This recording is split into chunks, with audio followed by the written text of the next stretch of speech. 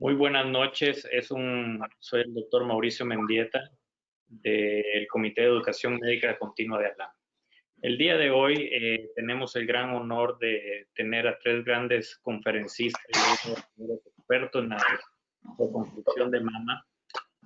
Pero antes, en nombre del doctor Alexander Cárdenas y su junta directiva, quisiéramos introducirles la nueva página web que ya está habilitada para que puedan visitarla y que podrán obtener acá información acerca de lo que es la Asociación Latinoamericana de Microcirugía, en donde la dirección es asolatmicro.com, en donde están varias secciones en donde pueden obtener información acerca del directorio actual de la Junta Directiva y próximamente de los distintos miembros de la Asociación Latinoamericana de Microcirugía. Igualmente podrán visitar lo que es nuestro plan académico anual, el cual para este 2020 todavía tenemos dos webinars más y pueden acceder por medio de esta a la plataforma y también el grupo de Facebook. Igual nos pueden enviar correos directamente a cada miembro de la junta directiva para que podamos mantener un mejor contacto. Igualmente tenemos a los representantes por cada país, que también tendremos aquí sus correos, los cuales pueden acceder y pueden igual mantener una comunicación. Visitar galerías de eventos previos que se han tenido como la Asociación Latinoamericana de Microcirugía en sus distintos congresos, eventos académicos y simposios. Entonces los invitamos a que visiten esta página, la cual va a ser muy dinámica y aquí pueden ver los eventos que tenemos próximos. Así que no olviden de visitarnos, por favor, asolatmicro.com. Y bueno, como les decía, el día de hoy tenemos el webinar acerca de calidad de vida y reconstrucción de mama. Nos acompaña hoy el doctor Eric Santamaría, el doctor Minas Crisópulo, el doctor Guillermo Arteo de Argentina y como moderadores estará la doctora Susana Correa y Armando Serrano de Ecuador. Previo a esto, como saben, cada mes estamos compartiendo nuestras plataformas de redes sociales para conocer mejores los países y en este mes queremos invitar al doctor Christian Schabenhold de Argentina, expresidente de nuestra Asociación Latinoamericana de Microcirugía, y que nos dé a conocer un poquito más de Argentina en un video muy corto de 3 minutos, el cual después podremos empezar el webinar. Christian, buenas noches.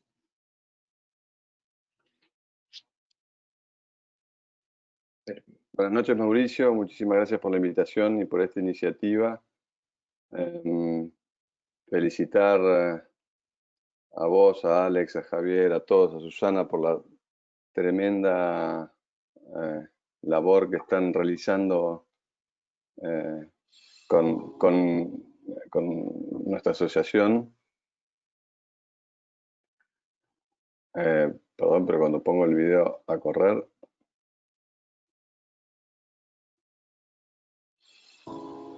a ver si está viendo la pantalla, ¿no?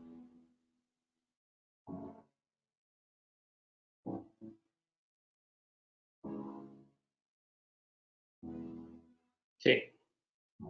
El problema es cuando pongo la pantalla para compartirla, para iniciar la presentación, se ve todo negro.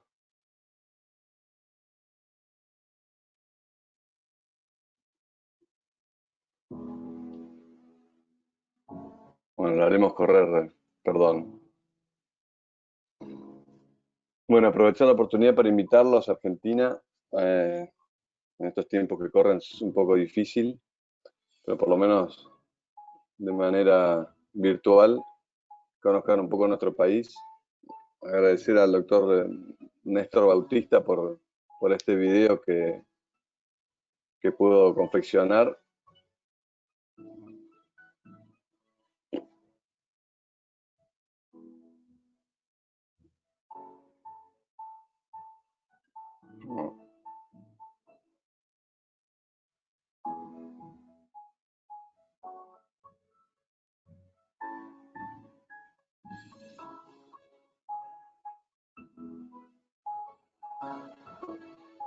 Esperen un segundo, no me maten.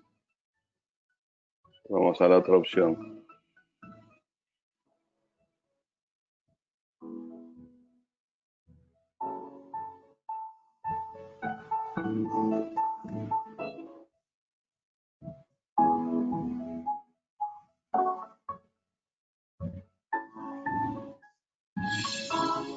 Ojalá podamos verlos pronto por acá, compartir, hacer algún programa en nuestro país, tanto social como académico. Contarles que nuestro país también tiene una gran trayectoria en microcirugía, con grandes microcirujanos como el doctor Angrigiani. Acá fue la cuna donde se crió, entre otros colgajos, como describió el doctor Angrigiani, el TIDAP. Seguramente Guillermo nos va a hablar un poco de eso. El doctor Carlos Seidenberg, en fin. Hay una historia en microcirugía. Mostrar algunas imágenes del congreso que vivimos el año pasado, en diciembre, en donde vino gente de muy alto nivel, a nivel internacional,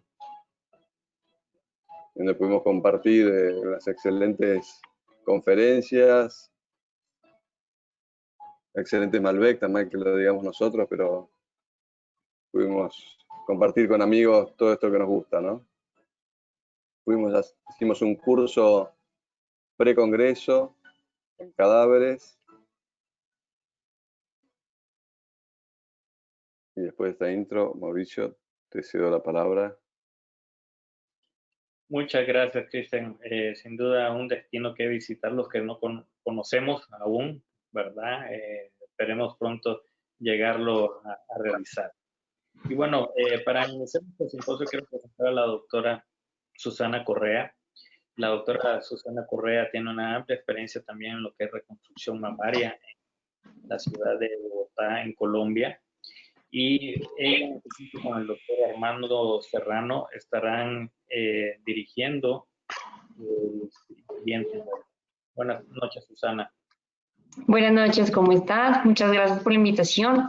Entonces, vamos a iniciar. Como dijo el doctor Mendieta, tenemos hoy 3 grandes conferencistas, 2 conferencistas de nuestra asociación latinoamericana y un invitado internacional, que es el doctor Minas Crisópolo. Entonces, vamos a iniciar con el doctor Guillermo Artero. El doctor Guillermo Artero es cirujano plástico del Hospital Santo Gianni en Buenos Aires, Argentina. Se entrenó con el doctor Claudio Angrignani. Y el día de hoy vamos a hablar acerca, nos va a dar una muy buena charla acerca del TIDAP. Entonces, bienvenido, Guillermo. Gracias, Susana. Gracias, Mauricio, por la posibilidad de hablar esta noche. Vamos a hablarles del colgajo TIDAP. ¿Pueden ver mi pantalla ahí? Ahí está. Bueno, el colgajo TIDAP, como todos ustedes saben, fue descrito por mi maestro Claudio Angrigiani, fue presentado en el meeting de la Sociedad Americana en el año 93 y publicado años más tarde en el Plastic como colgajo músculo cutáneo de dorsal ancho sin músculo.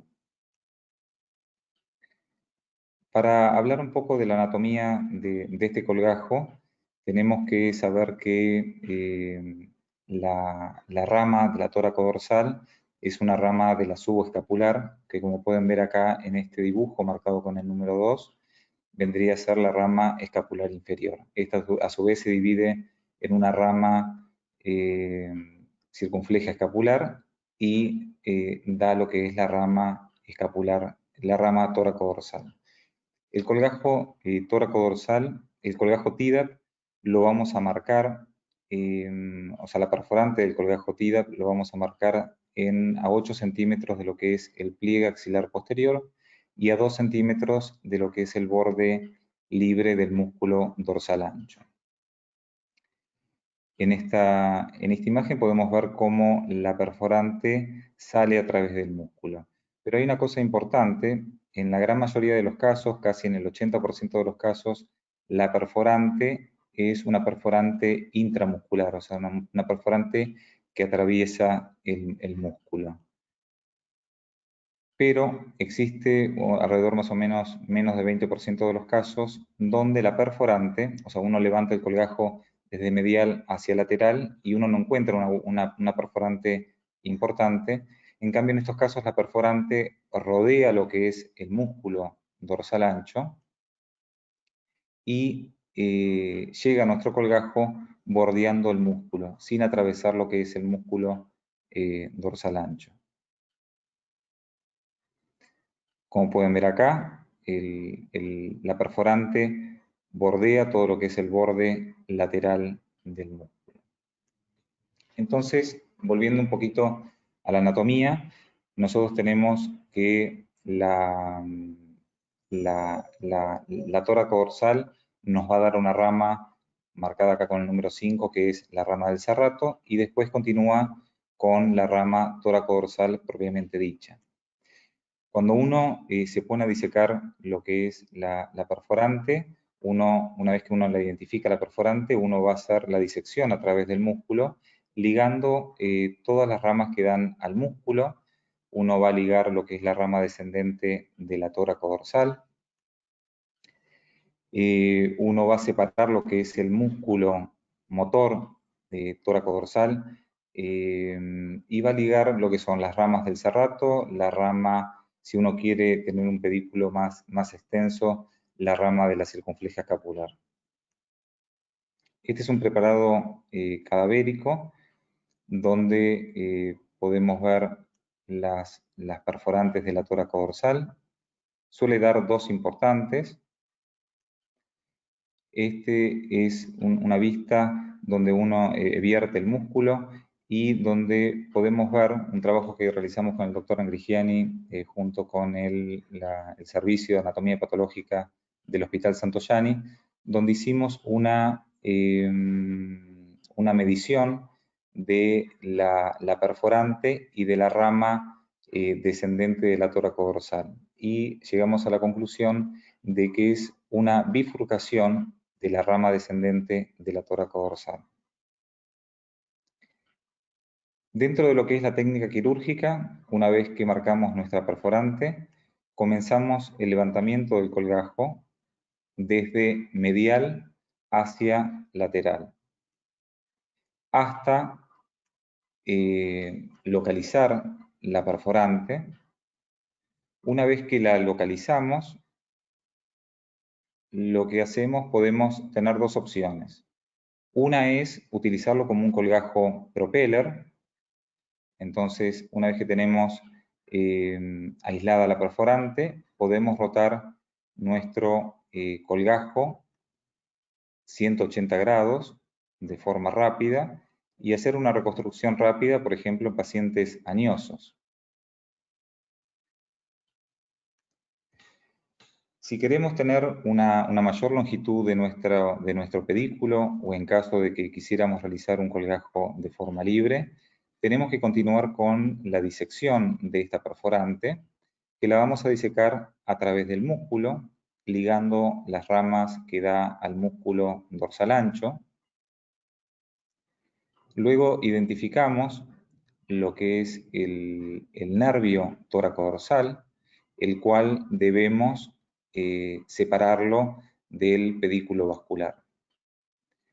Luego continuamos con ligando lo que es la rama descendente de la tóraco dorsal propiamente dicha y continuamos ascendiendo ligando las ramas que va dando al músculo, la rama horizontal de la tóraco dorsal y si quisiéramos tener una mayor longitud de nuestro pedículo vascular, vamos a ligar también lo que son las ramas del serrato y la rama de la circunfleja escapular.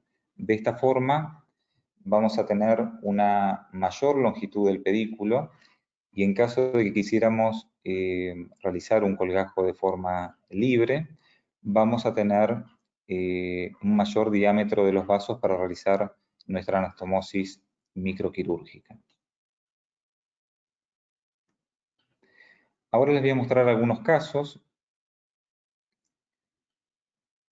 Esta es una paciente de 88 años que debido a su edad la paciente presentaba un cáncer de dimensiones importantes y donde en el mismo momento de la mastectomía, la resección iba a ser muy importante y no iba a cerrar de forma directa, que vendría a ser la opción más recomendada a una paciente tan añosa.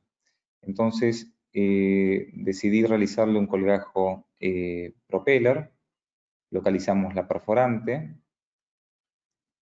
esta es la resección de la pieza.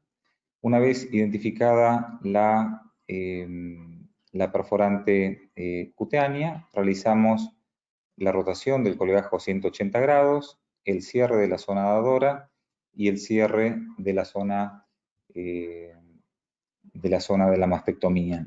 La cirugía entre la mastectomía y la reconstrucción, aproximadamente una duración de 1 hora y media, y la paciente al día siguiente se fue de alta. Otra de las opciones es realizar un colgajo TIDAP más prótesis. Esta era una paciente que ya tenía prótesis previa y que presentaba un cáncer de mama en la mama izquierda. Entonces se le iba a hacer una mastectomía ahorradora de piel y decidí realizarle un colgajo TIDAP para reconstruirle a posterior el complejo areola-pezón. En un segundo tiempo, acá podemos ver la zona dadora del colgajo, que es queda una línea estética, no queda el típico hachazo en la región lateral de la espalda, cuando le llevamos lo que es el músculo, un colgajo músculo cutáneo de dorsal ancho. La recuperación de los pacientes es rapidísima. Y en este segundo tiempo le realicé un lipofilling en los polos superiores de la mama, una reconstrucción del pezón, y posteriormente en el postoperatorio alejado, ya con el tatuado de la areola, podemos ver un excelente resultado. Otras opciones puede ser la colocación en un primer tiempo, ¿no? Una mastectomía que colocamos en un primer tiempo un expansor, y que, como podemos medir, si hacemos una medición desde lo que es la clavícula hasta el surco submamario, vemos que encontramos una diferencia aproximadamente de 3,5 centímetros, 4 centímetros. Entonces, le realizamos un colgajo TIDAP para compensar este déficit de cobertura cutánea. En un segundo tiempo, la paciente quiere realizarse un aumento de mama contralateral. En ese momento le reconstruimos, le retiramos el expansor, le colocamos una prótesis mamaria y le reconstruimos lo que es el complejo areola-pezón. Postoperatorio a los 6 meses, ya con el tatuado de la areola. Una vista de perfil y una vista de la mama contralateral.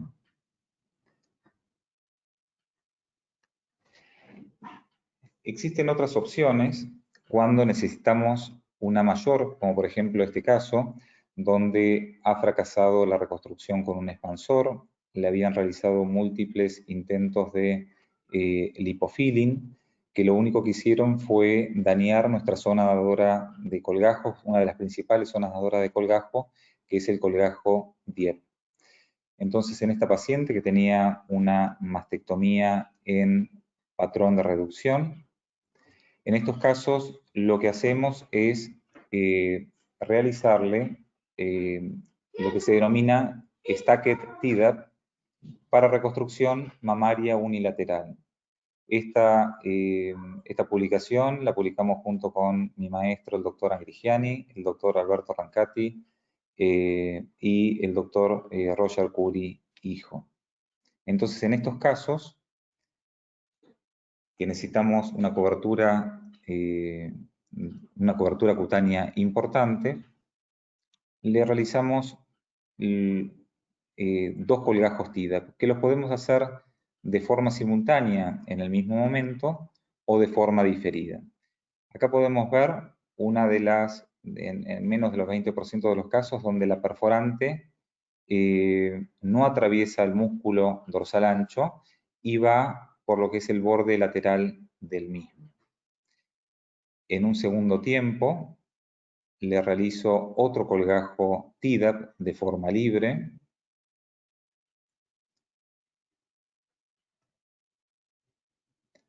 Donde en estos casos la anastomosis la hacemos de forma directa a la mamaria interna. En el caso de que hiciéramos una reconstrucción en el mismo momento que hacemos un TIDAP pediculado y le realizamos un TIDAP libre contralateral, solemos hacer la anastomosis a lo que es la circunfleja escapular. Esto es en el postoperatorio alejado a los 3 meses. Y en esta etapa ya le hacemos lo que es la remodelación del colgajo, resección de la zona de mal tejido de la mastectomía, reconstrucción del complejo oral-pezón. En la mama contralateral la paciente tenía un implante mamario, el cual se lo retiramos y le realicé una mastopexia. La reconstrucción del complejo areola-pezón y la mastopexia contralateral. Postoperatorio a los 15-20 días todavía tiene los puntos. Vistas de lateral, donde, bueno, todavía le falta por ahí colocar un poco más de grasa a través del lipofilling, pero con un buen resultado de cobertura cutánea. Otros casos donde combinamos lo que es el colgajo TIDAP con nuestro colgajo DIEP. Entonces, en pacientes con secuelas de mastectomías importantes, pacientes que no se quieren tocar su mama contralateral, en una primera instancia le realizamos la reconstrucción con un colgajo TIDAP. Ahí podemos ver, o sea, lo que hacemos siempre es la disección desde medial hacia lateral hasta ubicar la perforante cutánea.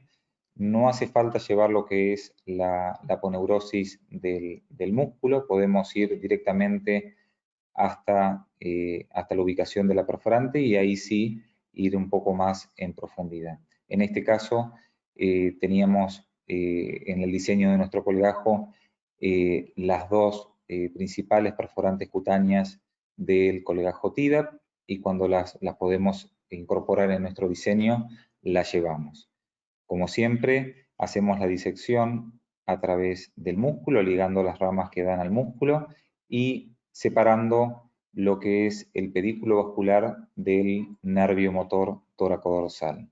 Y ligamos todas las ramas que dan principalmente lo que es la horizontal de la tóraco-dorsal, la rama que da el serrato, y si queremos una mayor longitud, también ligamos lo que es la circunfleja escapular.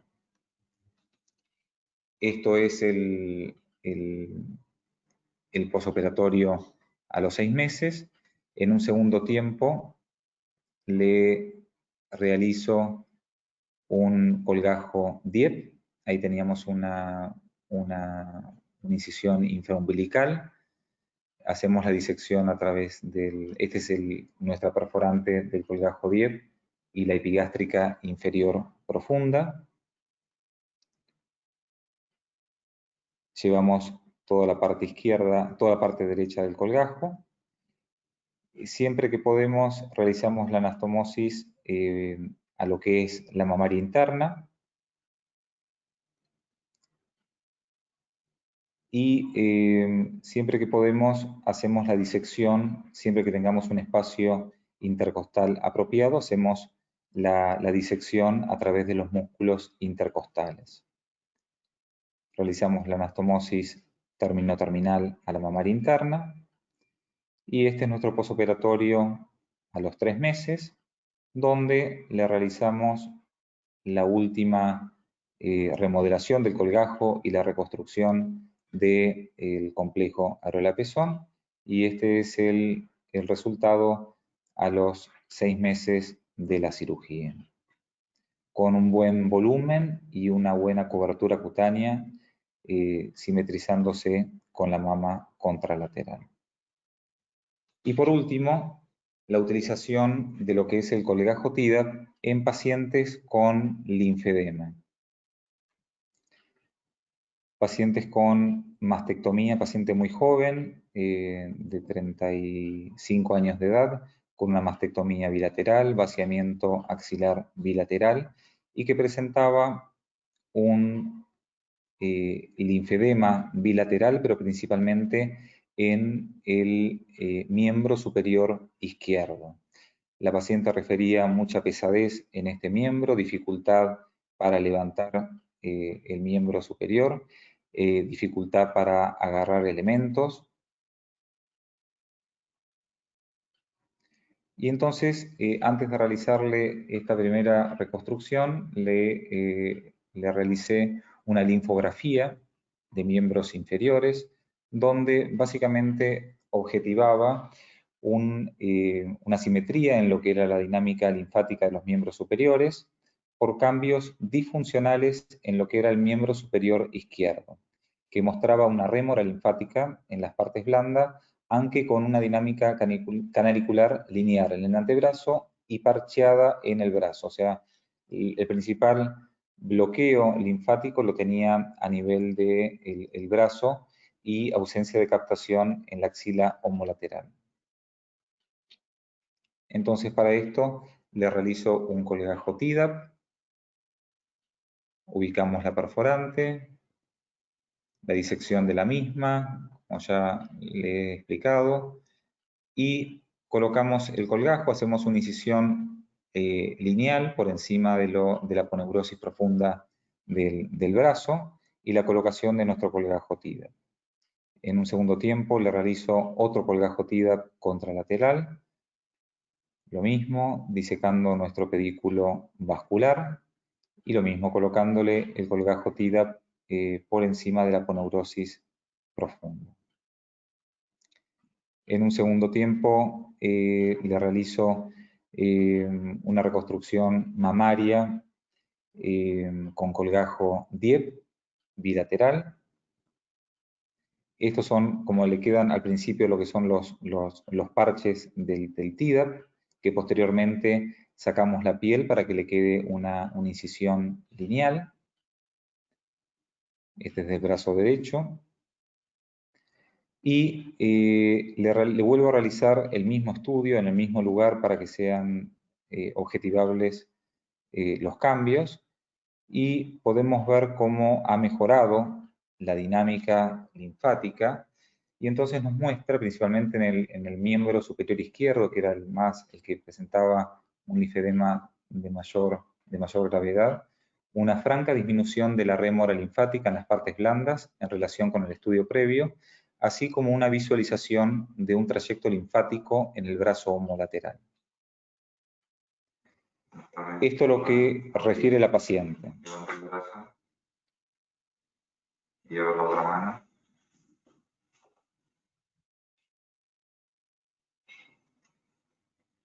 Bien. Y comentamos un poquito qué es lo que sentías antes, actualmente en este brazo. Bueno, en los dos, sentía como no solamente muy pesado, sino también dificultad para terminar de cerrar la mano, para hacer fuerza. Lo sentía siempre muy hinchado y pesado, fundamentalmente. Ahora está como mucho más liviano y tengo más movilidad. Y bueno, hace 15 días le realicé lo que es la reconstrucción del complejo relapezón y la resección de de la piel de los colgajos TIDAP, quedando una incisión lineal. Muchas gracias.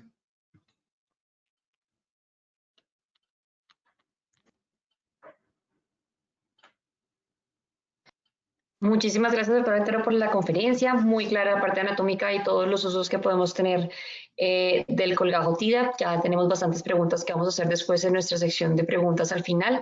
Les recuerdo que pueden hacer las preguntas que quieran en la parte de preguntas en la parte lateral derecha.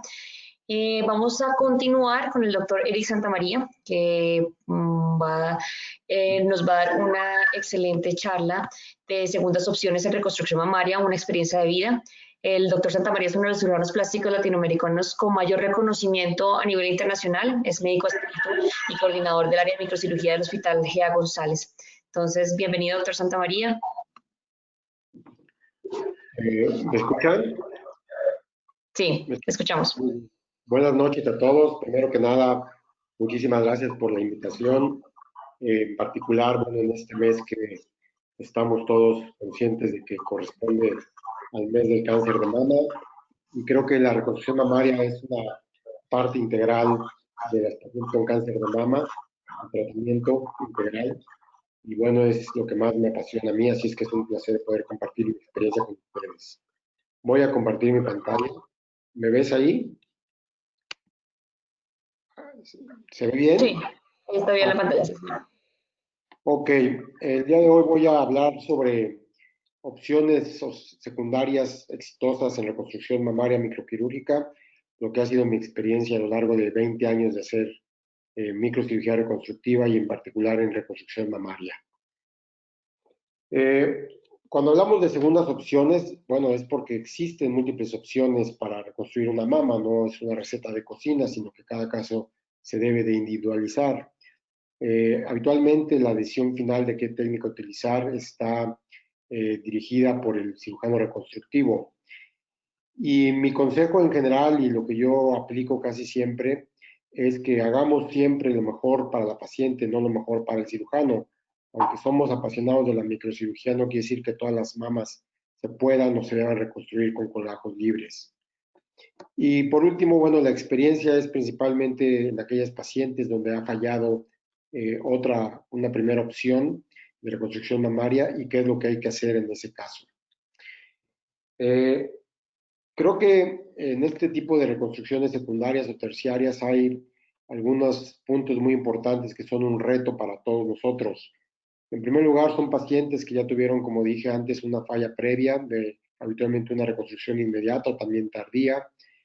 Tenemos que manejar mucho el estrés emocional que hay en estas pacientes, las cuales verdaderamente vienen ya muy, muy tocadas, como decimos en México, por haber perdido una reconstrucción mamaria y cuesta mucho trabajo convencerlas de que se quieran operar de nuevo. Hay que manejar tanto el tejido mamario ausente como la cubierta cutánea que está, en este caso, también resecada. Y muchas veces estamos operando sobre tejidos muy cicatrizados o inclusive radiados. Muchas veces los vasoreceptores no son del todo confiables por la fibrosis, por la radioterapia previa. Y a veces, en algunas pacientes, el sitio donador ideal no está presente o no es totalmente confiable. Todos esos los vemos todavía con mayor razón o en mayor frecuencia en aquellas pacientes en las cuales se recibieron radioterapia. Aquí vemos una mujer que tuvo una reconstrucción mamaria con expansor bilateral. En el lado derecho tenía un cáncer, en el otro lado le hicieron una mastectomía profiláctica. Y vean ustedes cómo el lado radiado, que era el del cáncer, el derecho, tiene ahí un fracaso absoluto donde es imposible expandir esa piel, donde está a punto de exponerse y obviamente hay que buscar una segunda alternativa. Pasa mucho también, no mucho, pero frecuentemente también con colgajos libres o con colgajos pediculados vascularizados, en los cuales hubo radioterapia y vemos que aquí hay una necrosis grasa y de tejido muy, muy extensa que seguramente termina en requiriendo una segunda reconstrucción mamaria. En cualquier caso, cuando estemos pensando en una segunda opción para reconstruir estas pacientes, creo que el punto clave es que necesitamos tener información realista, precisa y discutida con la paciente, en particular sobre los riesgos y los beneficios que están disponibles para una nueva reconstrucción mamaria y en la toma de decisiones. Básicamente voy a hacer una plática de casos representativos explicando mi experiencia y qué hice en cada caso. Voy a empezar por hablar sobre reconstrucciones secundarias en pacientes sometidas a reconstrucción inmediata de mama. Aquí vemos una mujer joven que tuvo una reconstrucción inmediata con un expansor al momento de la mastectomía. Ella tenía una historia previa de mastopexia, de aumento por mastopexia unos años antes. Y vean ustedes que el expansor tisular está con cierta infección, hay un riesgo ya inminente de exposición. Y obviamente en este caso lo que hicimos fue utilizar el tejido del abdomen, tenía una mama grande contralateral, y usamos un DIEP bipediculado, como ven ustedes aquí disecado, y este es el resultado postoperatorio después de algún tiempo que ya hicimos el complejo Ariela-Pezón, con una buena simetría y un buen volumen mamario. Hay casos más severos como esta mujer que también había sido reconstruida en forma inmediata con un corajo dorsal ancho y un implante, recibió radioterapia y ven ustedes cómo se expuso el implante. Obviamente eso pues ya es muy difícil de corregir, es una paciente delgada, en la cual utilizamos también un colgajo DIEP, sustituimos todo ese tejido radiado y aquí ven un resultado temprano antes de hacer el segundo tiempo de la reconstrucción. Hay casos mucho más dramáticos como esta mujer que fue mi paciente. Muchos de estos pacientes en realidad han sido míos, otros son referidos por otros colegas, pero muchos de los que estoy presentando son casos personales. Esta es una mujer joven en la cual se había hecho ya una mastectomía y reconstrucción mamaria del lado derecho con un colgajo DIEP. Después presentó un cáncer en la mama contralateral. Se optó por hacer una reconstrucción también con un colgajo dorsal ancho y un implante. También recibió radioterapia y se expuso el implante. Y como ya tenía el antecedente de un DIEP del lado contralateral, quisimos usar tejido autólogo y nuestra opción en este caso fue un colgajo transverso basado en el músculo gracilis, el llamado top flap. Y aquí vemos la disección del colgajo y este es un resultado temprano, a los pocos meses, habiendo resuelto ya este problema sin la necesidad de implantes y con tejido vascularizado.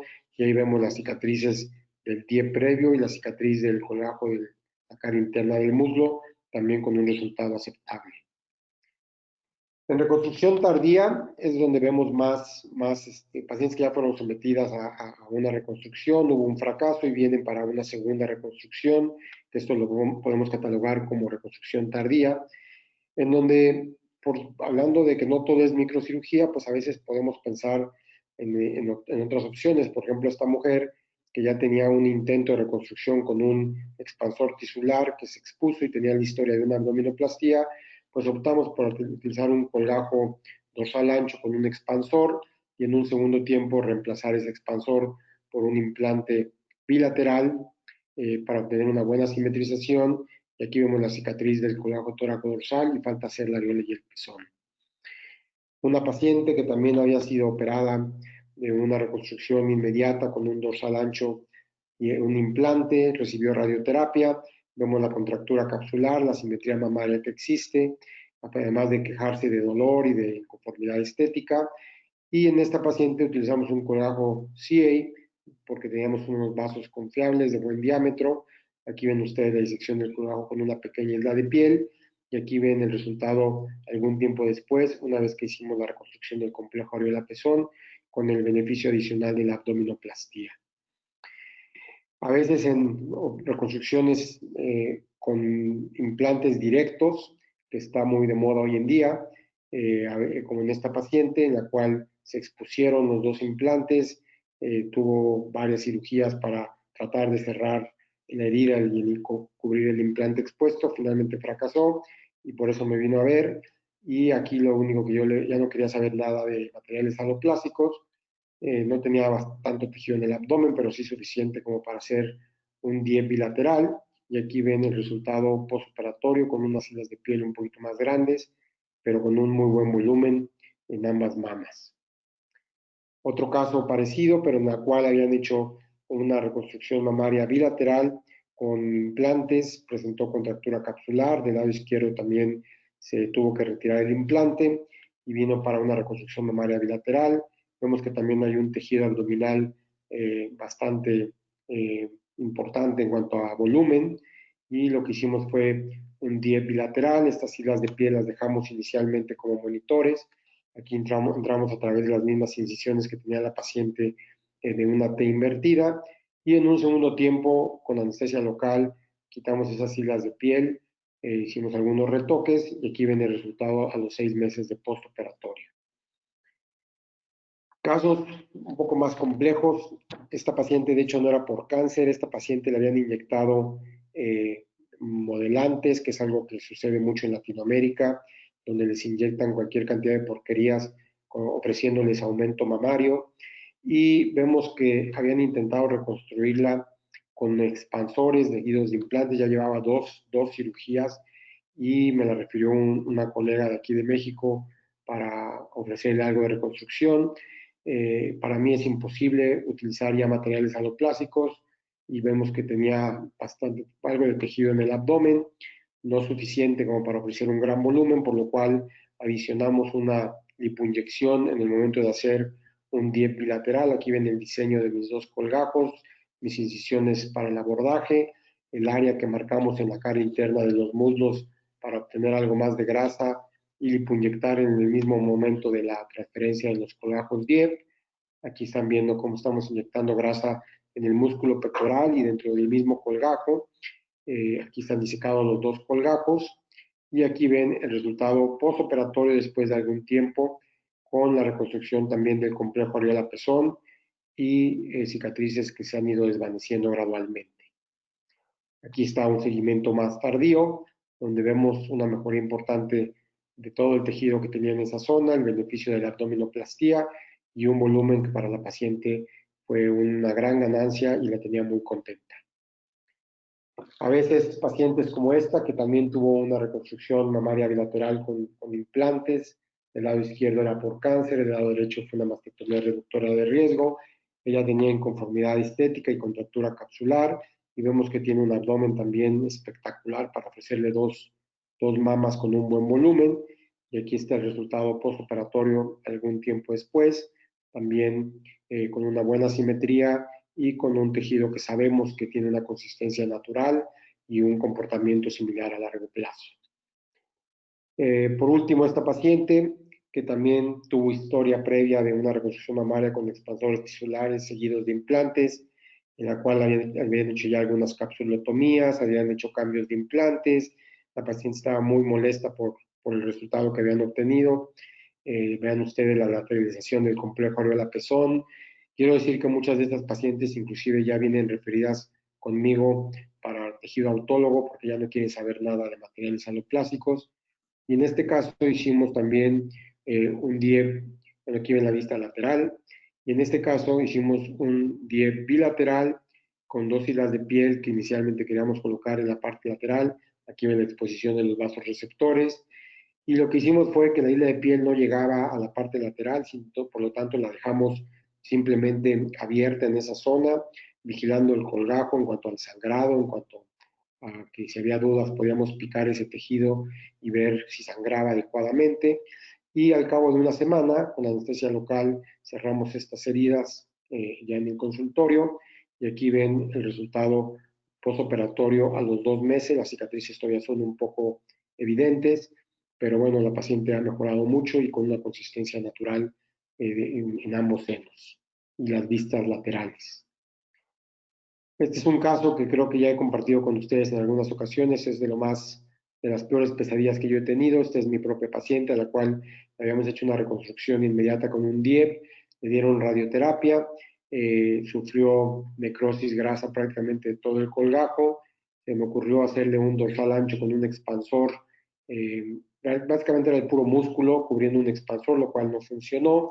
Retiramos el expansor después de mucho tiempo, de algunos meses de que esto se cicatrizara un poco.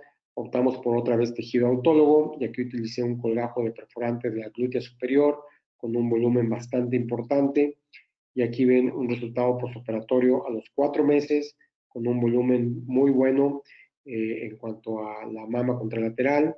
Aquí ven la zona donadora del glúteo, la cual siempre se puede mejorar con algo de lipoinyección. Esta paciente vive fuera de México y me mandó fotos a los 7 años de postoperatorio, donde vemos que el resultado se mantiene bastante aceptable y tiene una buena simetría con la mama contralateral. Pues esta ha sido mi experiencia y creo que el mensaje final que yo les quiero transmitir después de tantos años haciendo este tipo de construcción es que nunca se rindan, que siempre hay opciones para reconstruir la mama. Hay que estar familiarizados con todas estas alternativas con las que contamos y creo que la microcirugía es una herramienta esencial para nosotros en cuanto a poder ofrecer cuidados libres de diferentes áreas para estos pacientes. Les agradezco mucho su atención y aprovecho para recordarles que nuestro Congreso Mundial de la World Society of Reconstructive Microsurgery cambia en junio del 2022 y los esperamos en Cancún. Nuevamente, muchas gracias por su atención. Muchas gracias, Eric. For me, it's an honor and a pleasure to introduce to everybody at this meeting Dr. Minas Chrysopoulou. He's a board-certified plastic surgeon, president of PRMA Plastic Surgery based in San Antonio, Texas. He's a member of the American Society of Reconstructive Microsurgery and of the American Society of Plastic Surgeons, dedicated to breast reconstruction with special focus on autologous perforator flap breast reconstruction, creator also of the Breast Advocate app, an application that guides patients in the oncologic and reconstructive treatment, who is going to share with us a presentation called Optimizing Aesthetics in Autologous Breast Reconstruction. Thank you, Dr. Minas, for being here. And thank you very much. Thank you. Can you hear me okay? Yeah, perfect. Great, great. All right, sorry my webcam's not working, but anyway, these are my disclosures. So a little bit about me. My practice is called PRMA Plastic Surgery. It's San Antonio, Texas. There are 7 of us right now. We've just hired an 8th surgeon. He'll be joining us in January. We're a pretty big group with a single specialty focus. Our core service is breast reconstruction. And like most breast reconstruction practices, you know, most of our cases are deep DIP flaps. We also do implants though. Yes. Sorry to interrupt you. Could you share your screen? Oh, I thought I had. There we go. Perfect. Thank you. Okay, great. All right. So we're known for breast reconstruction. So we also get kind of revision cases from other practices like these. These are a couple of patients that came to see me who weren't happy. And it just goes to show, you know, particularly the lady on the right, you know, the abdomen is a big deal. And, you know, I'm glad to see the conversation has shifted now and more surgeons are focusing on the abdomen as much as they focus on the breasts. But generally, I think as some of the results you've seen tonight already, you know, we can do better than this. So for me, and I think for most of us, you know, when you consider the goals of reconstruction, again, we need to focus, you know, look beyond the breast. Obviously, we want to restore a very aesthetic and beautiful breast form. And also function comes into the conversation, and that's for the breast and the donor site. For us, you know, we can talk about restoring sensation.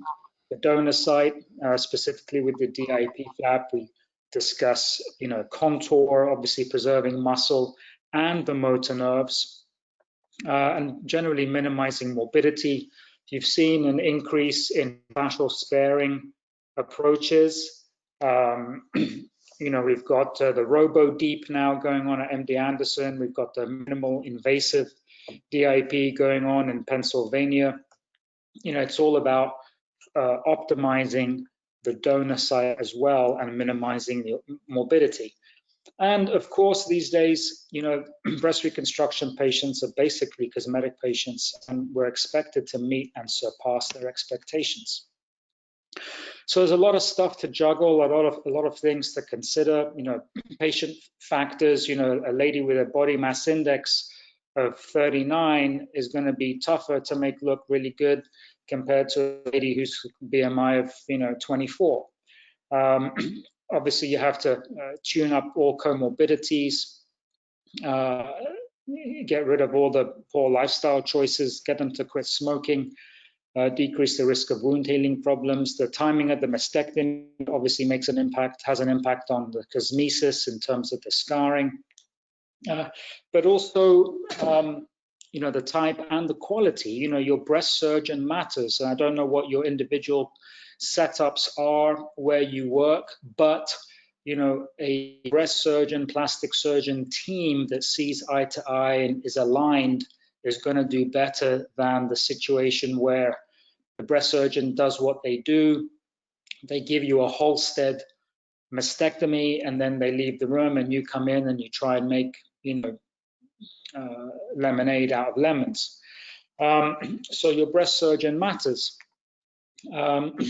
You've got to consider flap design, dissection, certain steps to optimize things, impact the aesthetics. For example, you know, we're very, very quick to preserve the SIEV. We actually look for situations where we have two small SIEV branches. We trace them out and make sure they don't come into one bigger SIEV main draining branch. If you miss that, then you end up with a flap that's got a ton of fat necrosis, which obviously impacts the outcome beyond the cosmesis. How you inset the flap matters. Donor site closure is crucial. We're moving more and more towards a cosmetic abdominoplasty. Really, in many ways, it's no different. And then, you know, sometimes you're going to be able to get it all done in one stage, but a lot of the time, the one and done is a misnomer and it's false advertising, because to get really excellent cosmetic results, you're going to need a revision surgery.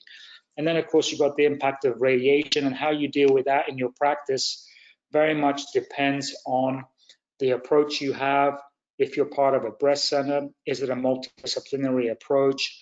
Do you have good communication with your radiation oncologist?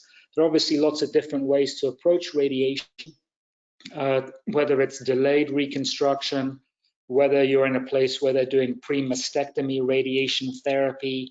That's obviously yet to take off, but there are more and more studies coming out on that. That seems very interesting to me.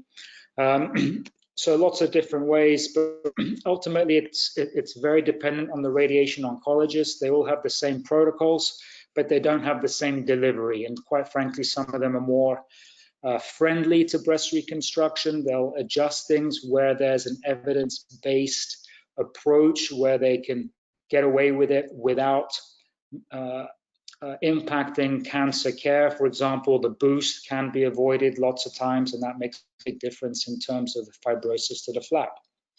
PRMA, I've got to tell you, we still mostly delay our cases when radiation is on the cards, unless we have very specific radiation oncologists involved with the patient's care.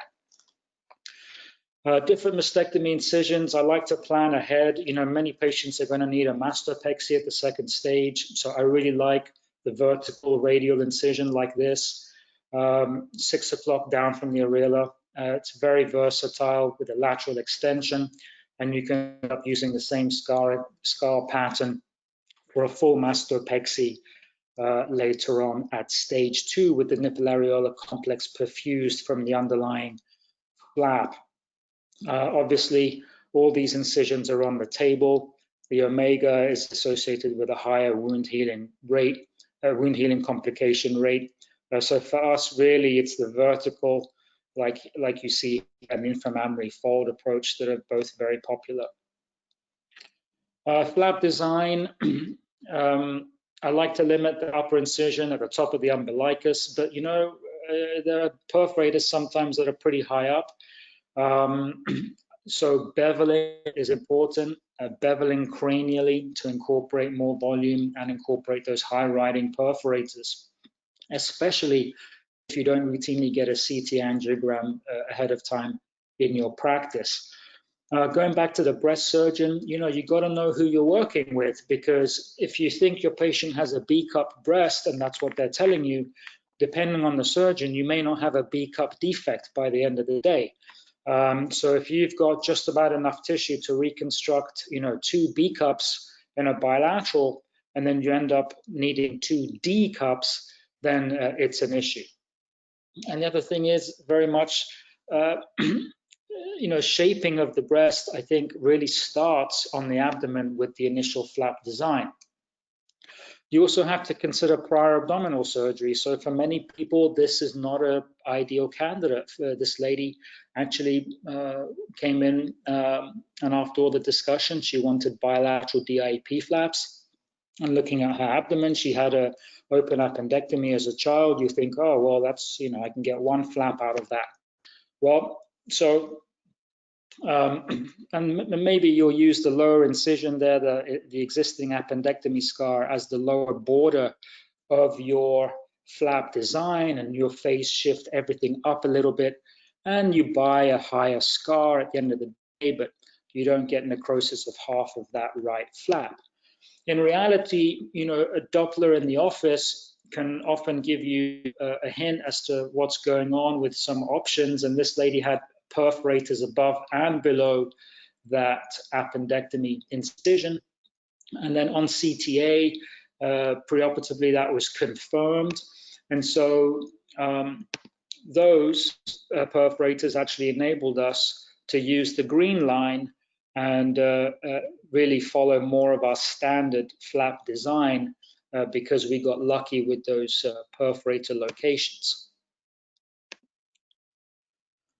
So as I mentioned, instead of making the incision higher than the umbilicus, beveling really helps you recruit more volume and helps you preserve perforators that may be at the umbilical level. I know that I mentioned fascial sparing and limiting fascial incisions, and that's very important. I think if you limit your fascial incision, that decreases the morbidity in terms of potential bulging or hernia, less risk of cutting anything actually, motor nerves, less muscle trauma. Now, obviously, a small incision means you need better visualization, so a lighted breast retractor really helps us out a lot. But I know a lot of surgeons limit the fascial incision by limiting the length of the pedicle.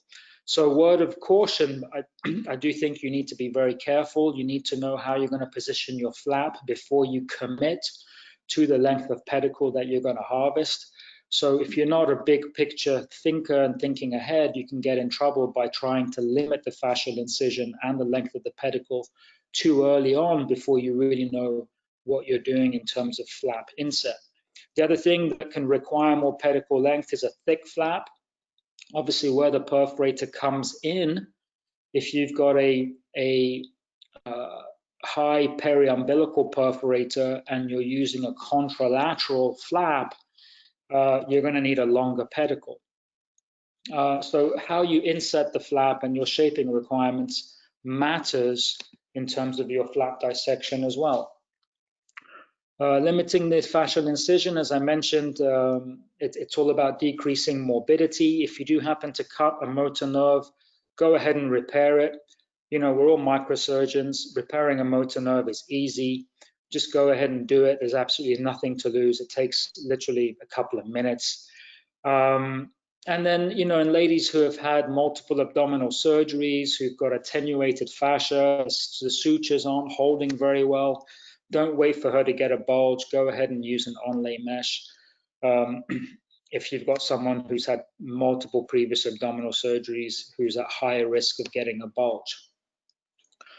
We use the internal mammary vessels almost exclusively. Sometimes if we're doing a stacked flap or a conjoint flap and we don't like the retrograde internal mammaries, we'll go to the axilla or the lateral chest. The internal mammaries have easy access. It provides a very easy way to inset the flap. We routinely remove rib cartilage. Obviously, you can spare the rib. and just remove the intercostal muscle. And you can also use internal mammary perforators. Be careful if you're using a perforator. Some of them are really nice. They look really good above the pec fascia, but as they travel through the pec fascia, they can get really bottlenecked and they can really constrict like an hourglass. So be careful if you're going to be using those perforators. We also like the excision technique because it makes accessing the sensory nerves even easier. Again, you don't need to remove the rib to do that. It just makes it more efficient for us. So this is our standard approach. You can see the blue squiggly SIEV vessels highlighted because we're very quick to take those if they're there. Even if the flap isn't congested on the abdomen, sometimes you connect it to a higher pressure system and you can get congestion later on. So if it looks to be doing anything, harvest it with the flap. We use a contralateral routinely, and then we rotate the flap so that the tail of the flap becomes the axillary tail of the breast. And that allows the SIEV to line up perfectly with a perforator or the retrograde IMV if you're going to use that, or a secondary deep venous comitans if you need additional venous outflow. So here you have there, you see very easy access to extra recipient vessels, slam dunk, very quick. Everything is there if you need it. In terms of insetting, obviously the unit principle is very important, but you can also split the envelope over the lower pole, and that can help you shape the flap, particularly in the delayed setting, to get more coning. And that coning you can maximize with fixation sutures laterally between the dermis of the flap, folding it under on itself and suturing that to the chest wall. And then also leaving a little bit of skin of the lower pole allows you to bring those medial and lateral residual breast skin flaps together to help you cone the breast even more at stage 2. So that's pretty good projection there for a delayed reconstruction. We use progressive tension sutures routinely with our abdominal closures, fascial plication above the umbilicus for rectus diastasis. We don't do it super aggressively like we would in a mummy makeover or something like that. We don't want to put too much tension on our fascial incision closures below the umbilicus. But the last thing you want is this really protruding upper abdomen after you've removed the lower abdominal tissue. The umbilicus, pay attention to it. It can really, make or break really the result for some women. It's a bit like a nose. You can have a beautiful face. Some ladies are just going to do better with a rhinoplasty, for the overall aesthetics. The umbilicus is no different for the belly. You can rarely place it too high. If it's got a long stalk, you can suture it higher up, so you can increase the distance between the umbilicus and the abdominal donor site closure, and that also gives the illusion of a lower scar. I prefer a vertical ellipse myself, but there are lots of different umbilicoplasty techniques. Defatting the flap is nice. It provides that extra umbilical hollow, and anchor sutures are also very helpful. Sometimes you're going to need additional volume. Eric showed some great pictures as well. So at stage 2, fat grafting is very, very routine for a stage 2 flap patient, and also obviously after implants to minimize rippling. You can also put a small implant under a flap. I've really moved away from this because after you've been doing this for a little bit longer and you start to see patients coming back with implant related problems that you put under your flap, you kind of think twice. So I'm very much more in favor of fat grafting, and you can do pretty high volume. This lady, like Eric showed, this lady needs a fair amount of tissue, especially if we're going to try and match the contralateral breast. But you look at her tissue distribution and she's got a lot above the umbilicus. So really this lady isn't going to get a good result if you just use half the belly. So a conjoined or a stacked DIP flap, bipedical using the entire lower abdomen is really what you're going to need to do. Here you can see, try and minimize those fascial incisions if you can. And here you see her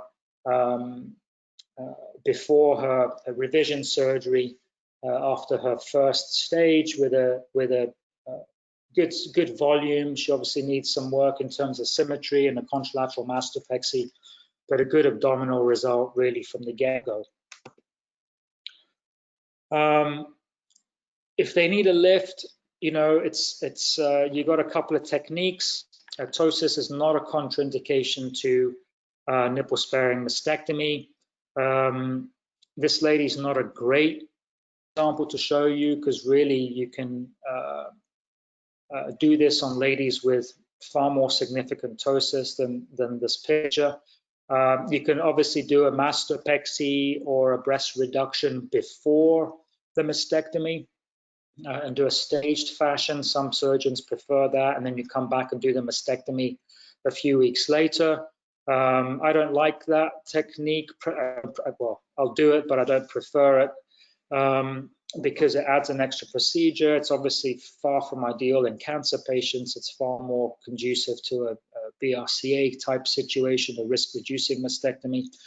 So this is really my preferred approach.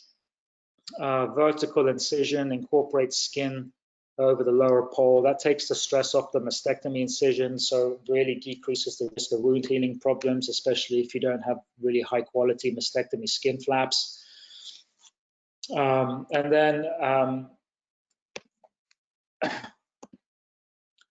what we do at the second stage is basically cut all the way around the areola. So it's completely based now in terms of perfusion from your underlying flap. And then you do a vertical mastopexy, excising the DIP flap skin island and any other skin you need for improved shaping. And here it is. Here's another patient actually during the surgery here. You can see us elevating the native breast skin flaps off the underlying DIP flap. That's her nipple areola complex that's now fully based and perfused from the underlying DIP flap.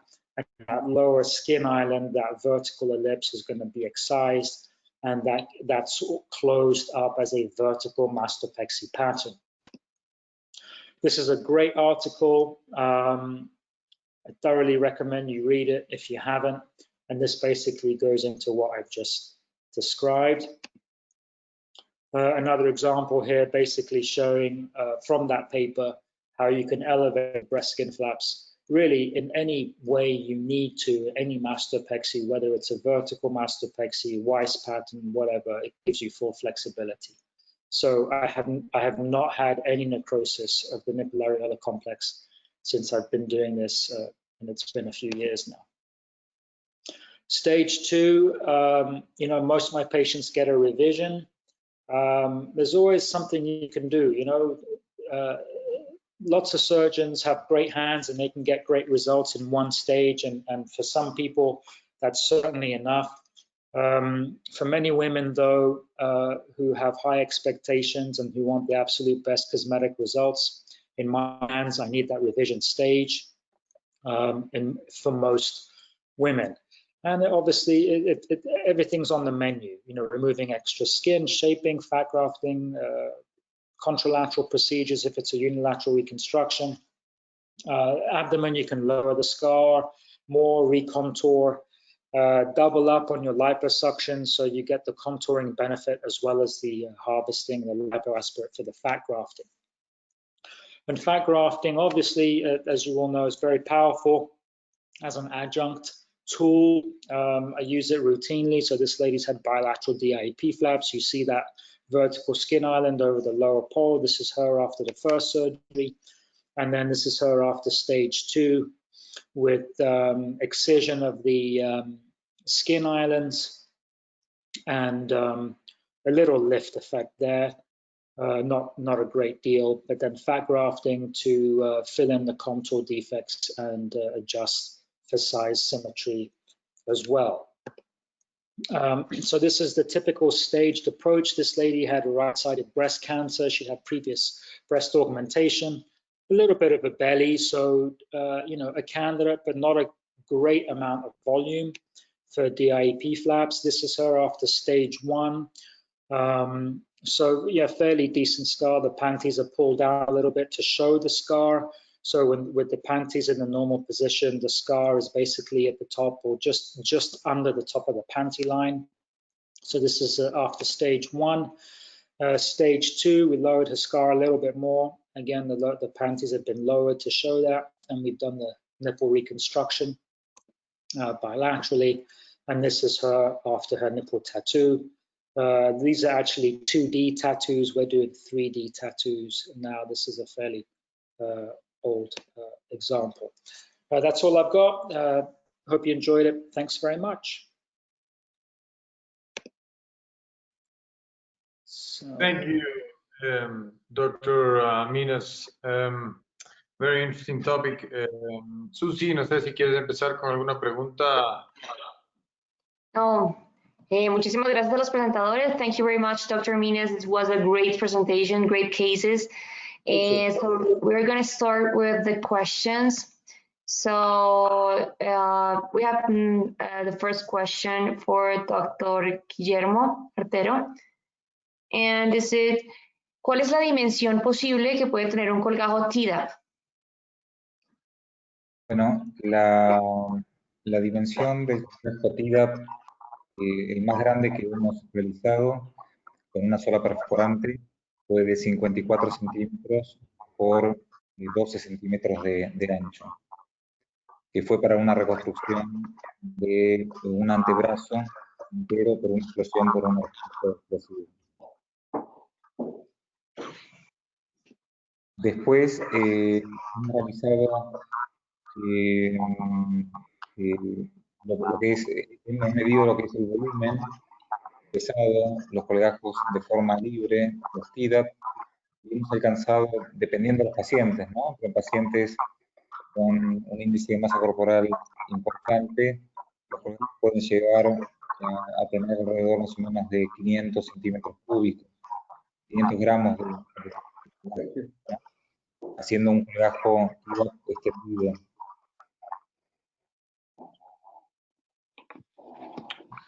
Yo quisiera hacer una pregunta a Guillermo, a Eric, y también a Minas. Minas, I would like to ask you a question regarding what we're all living right now. How has COVID-19 changed the way you decide which surgery are you going to offer to every patient in regards to the risk they have by staying in a hospital longer?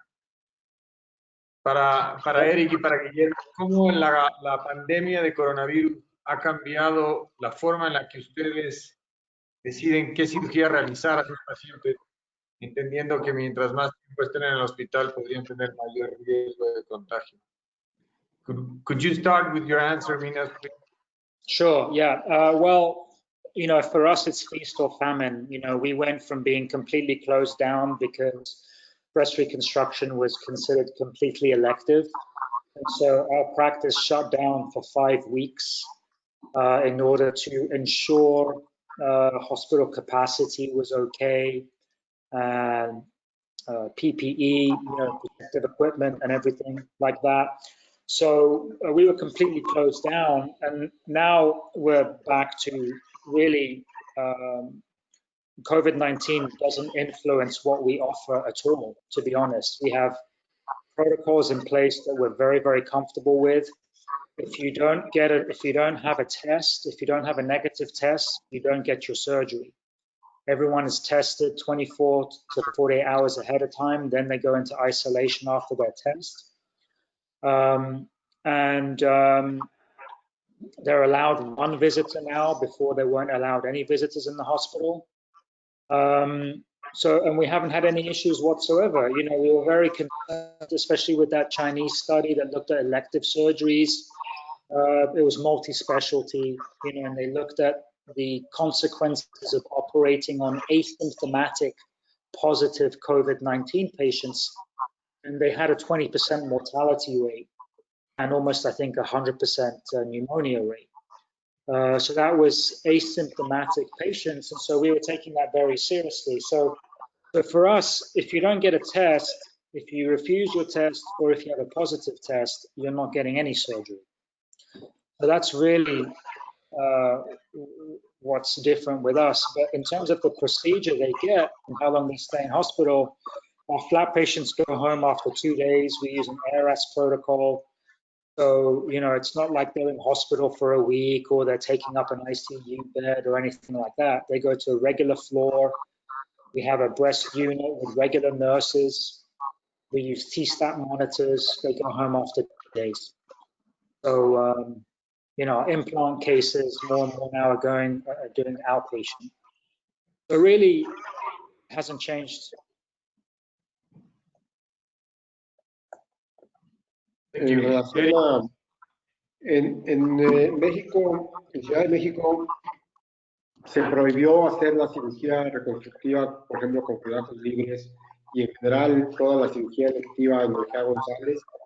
En cancerología se prohibió hacer 10, por lo mismo que tú mencionas, que había una cierta mayor predisposición a desarrollar COVID.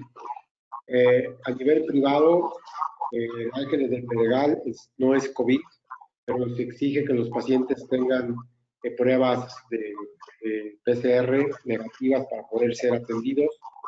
Y te puedo decir que, por ejemplo, en el último mes hicimos un par de casos bilaterales en el Ángeles del Pedregal, y apenas recientemente, la semana pasada, por ejemplo, en el GEA, también hicimos otro caso de bilateral, porque ya empezaron a abrir otra vez la institución, pero sí es cierto que durante un tiempo estuvo prohibido. Mientras tengas todos los protocolos, mientras sigan con la protección de las áreas quirúrgicas, del personal de salud, obviamente la prioridad que es el paciente, no ha habido ningún problema hasta ahora.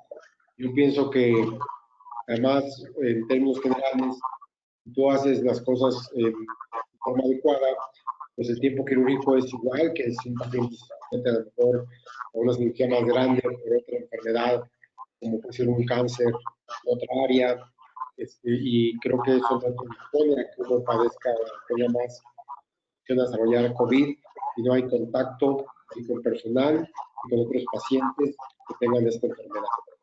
Esa ha sido mi experiencia. Bueno,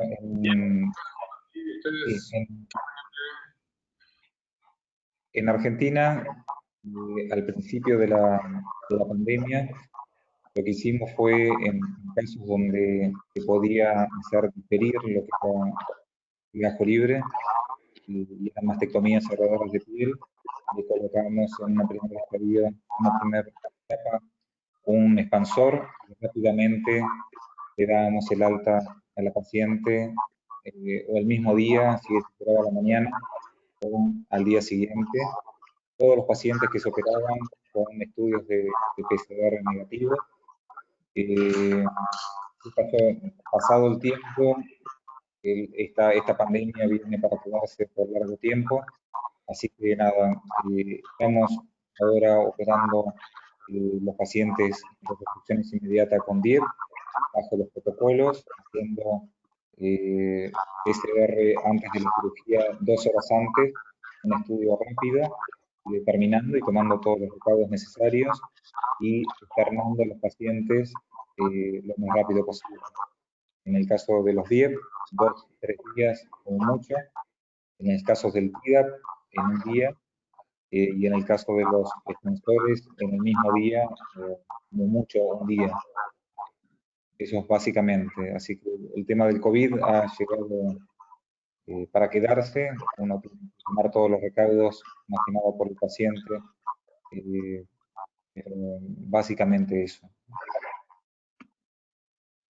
Susi. Thank you.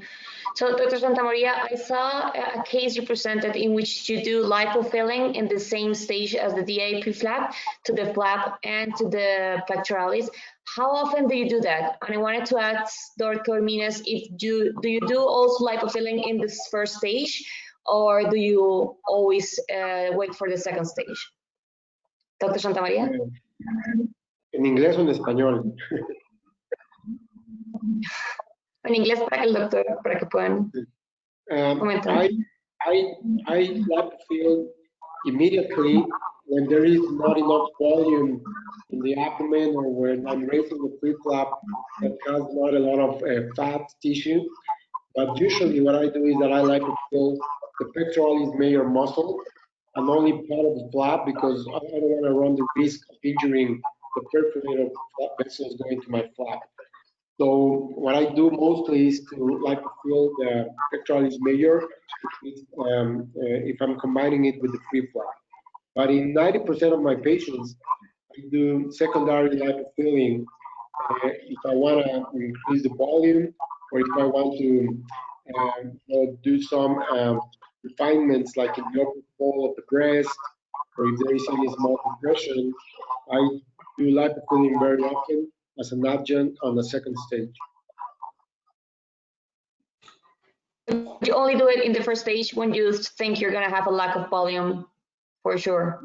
When the volume that I am harvesting when the pre-flap is really not very large, so I need to increase the volume, I think it's good to do one first session of lipofilling at the same time, but nevertheless, you can always do secondary or tertiary lipofilling on another stage.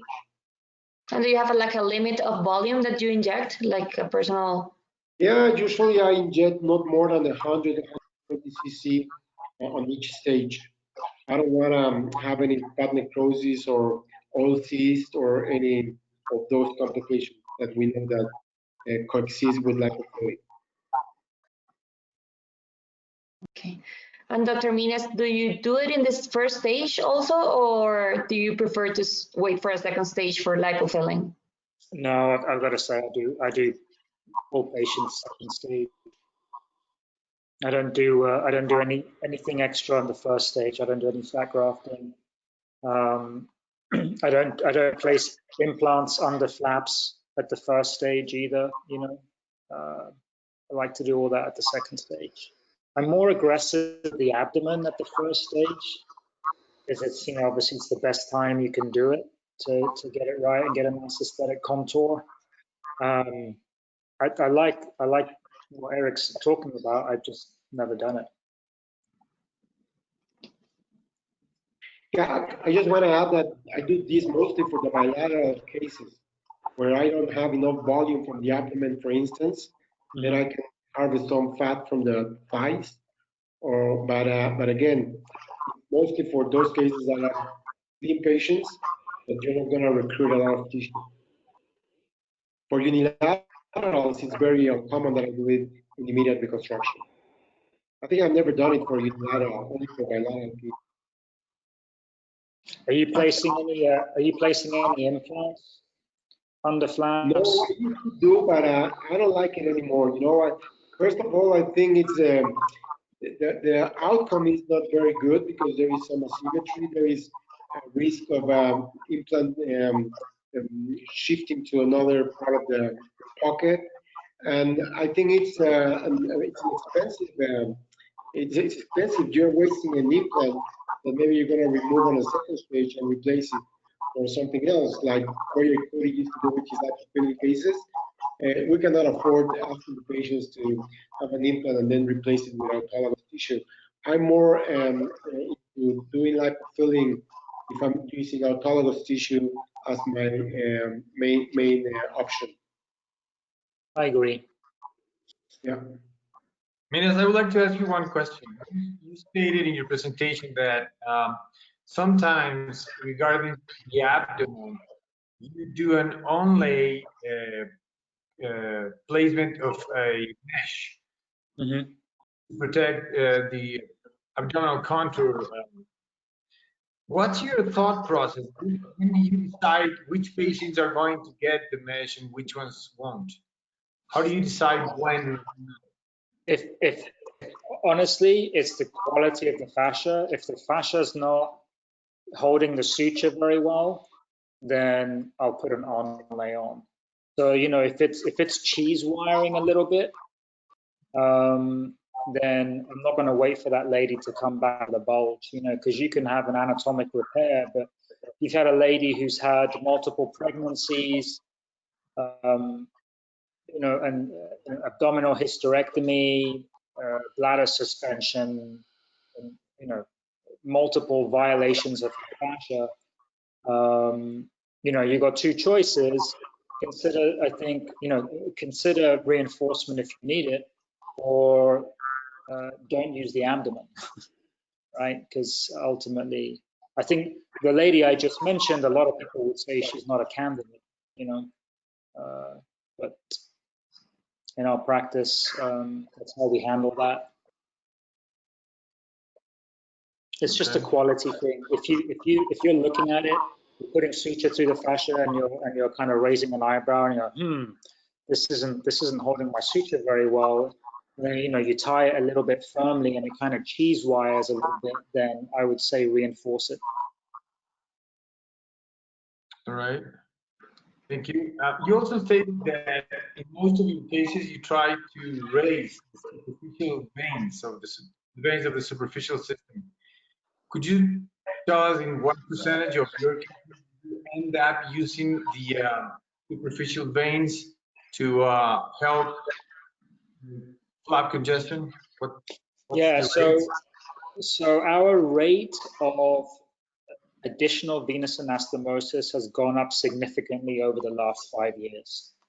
So we don't, if you've got a superficial vein and there's a good amount of outflow coming out of it, and the flap looks great, normal color, not congested at all, clinically normal.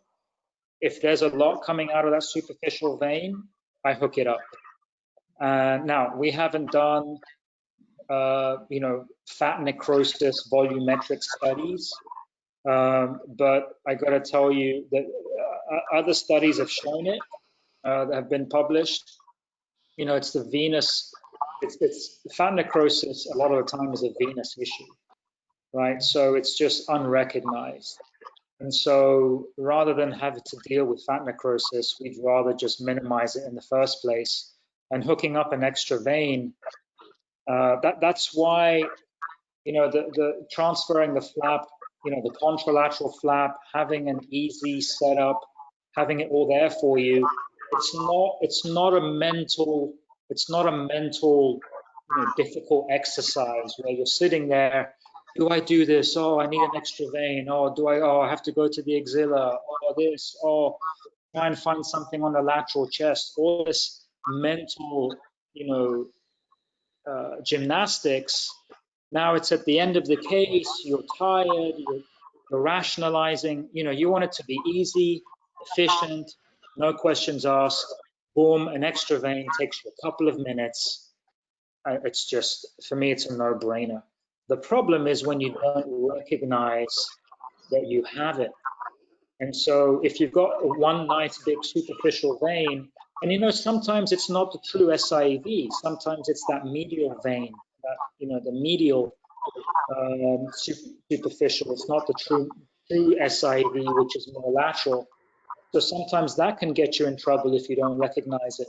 But the biggest issue, I think, and this is what we see with people starting off, is they don't recognize the superficial system if there isn't one big vein. So some people, and I mentioned this in the talk, they have two superficial veins and you think, and you could just bovie through it. You can just cauterize through it because they're not that big and you don't think anything of it. But then later on, if you dissect down in the flap, in the abdominal flap inferiorly that's left behind, if you've got a congested flap, you'll often see those two smaller veins actually coalesced into one big SIEV, and you've missed it. And it's not a question of oh, why is my flap congested? Oh, there wasn't an extra vein. We didn't miss anything. Oh, she must have bad perforators. No, I bet you a lot of the time you've actually missed an SIV, but you just didn't trace it out. That's,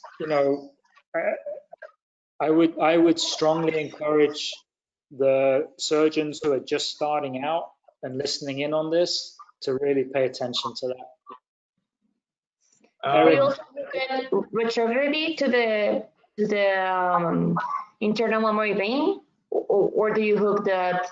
So actually probably the most common recipient is a second deep inferior epigastric venous comitans. So you know how there are usually two deep veins, and so you've got to make sure there's an H branch connecting the two, and you've also got to make sure there isn't a valve in that venous comitans, because obviously you won't get that retrograde flow that you need for that small segment, so the blood goes down through the H branch and then antegrade drainage again.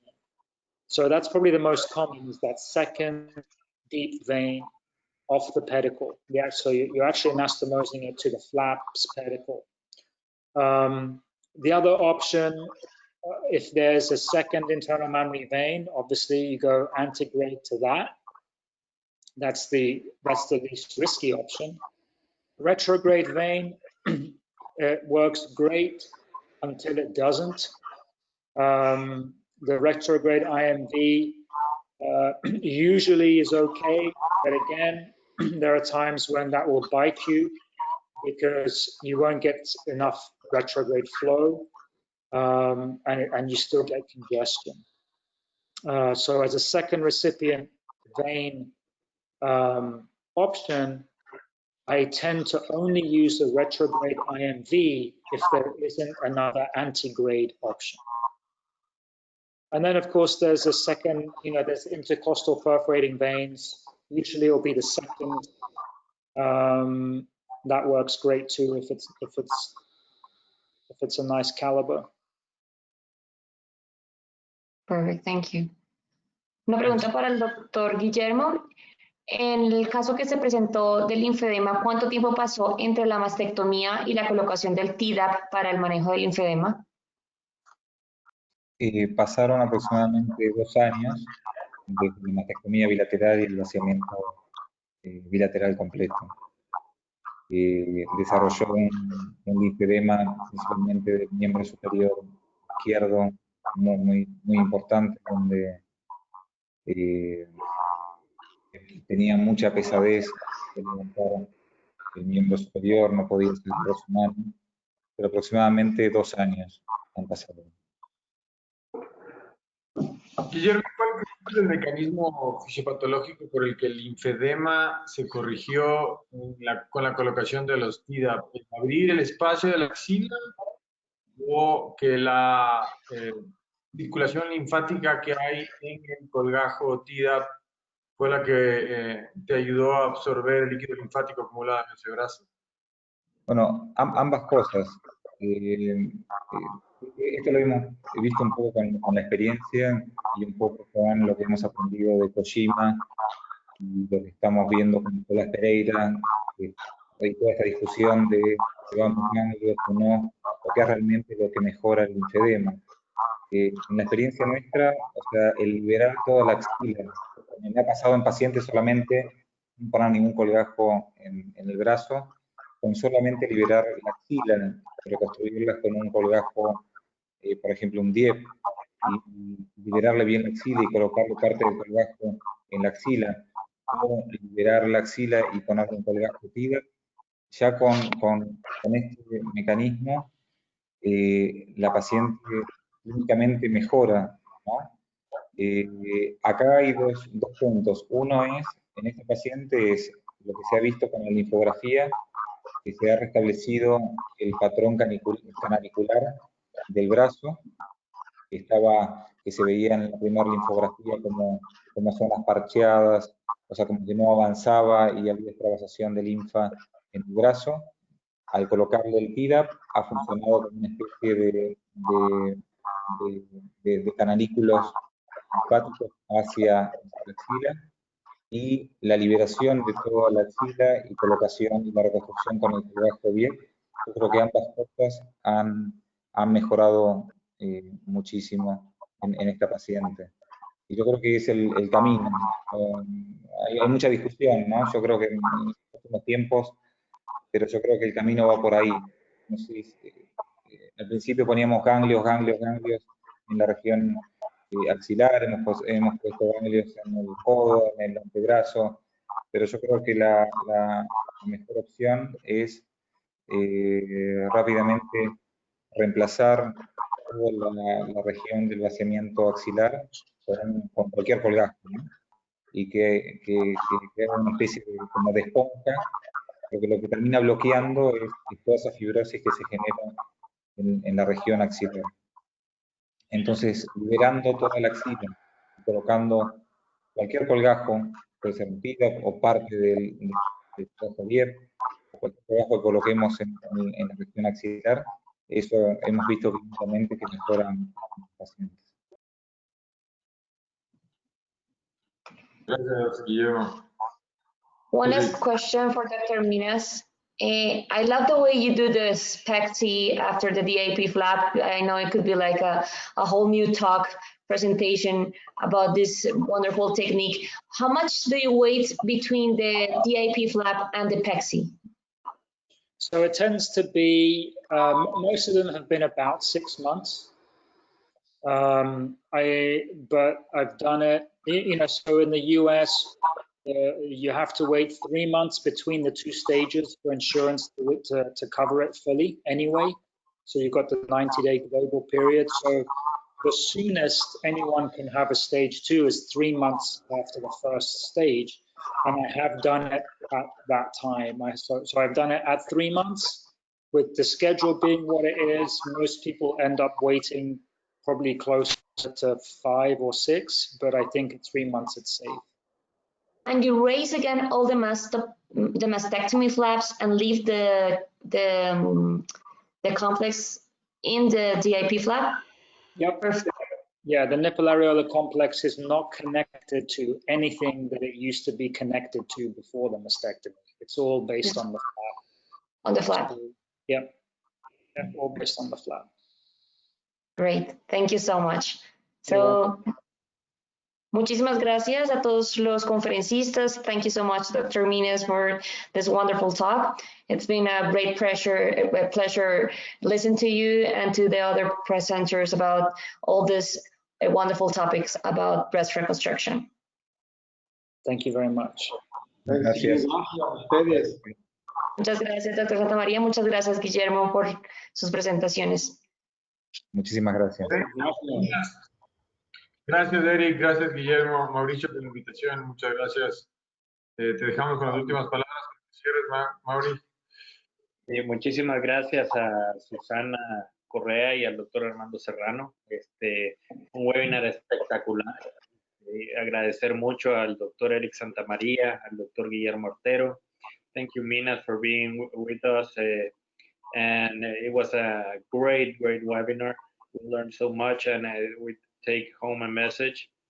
Y bueno, y quisiéramos invitarlos, ya saben, a nuestras sesiones de webinars para el siguiente mes de noviembre, el 18 de noviembre, en donde estaremos hablando de reconstrucción abdominal y tórax, en donde tendremos al doctor Raimundo Priego Blancas de Ciudad de México y al doctor Beniamino Brunetti de Italia. Recuerden también visitar nuestra página web y desearles a todos que tengan un excelente resto de semana. Muchísimas gracias. Muchas gracias. Gracias. Gracias a todos.